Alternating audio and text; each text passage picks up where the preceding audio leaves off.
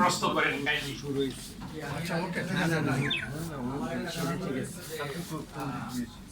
আচ্ছা সঙ্গে আপনি প্রতিযোগিতা তর্কে যেতে লাগে না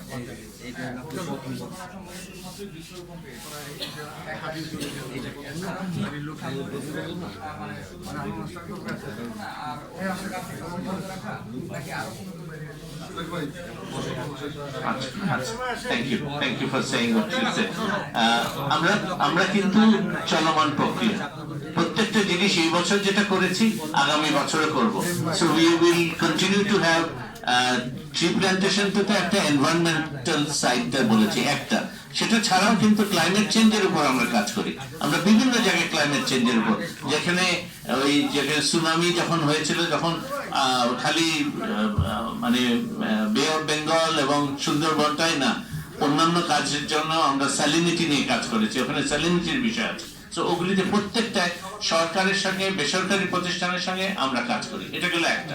তারপর ডিজিজ প্রিভেনশন, প্রত্যেকটা অনেকগুলি হসপিটালের কথা বলেছি সারা দেশে, আমার বন্ধুরা বলেছে। আপনি যশোরে যখন নামবেন, যশোরে যে এতটাই যে আপনি আর টুকটুক কিংবা রিক্সা নিয়ে আপনি যদি বলেন যশোরে রোটারি হসপিটালটা যাব, আপনাকে বলতে হবে না কোন স্ট্রিটে, রিক্সাওয়ালার সাপোর্টটা পেয়েছেন and he will take you.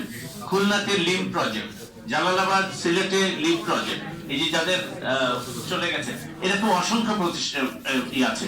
Education, literacy, এডুকেশনের উপর বিভিন্ন কাজ, যেখানে প্রত্যেকটা বাচ্চাকে আমরা দেশের সরকারি প্রতিষ্ঠান, স্কুল এবং বেসরকারি প্রতিষ্ঠান, যেখানে এখানে এর মতো জায়গা আছে।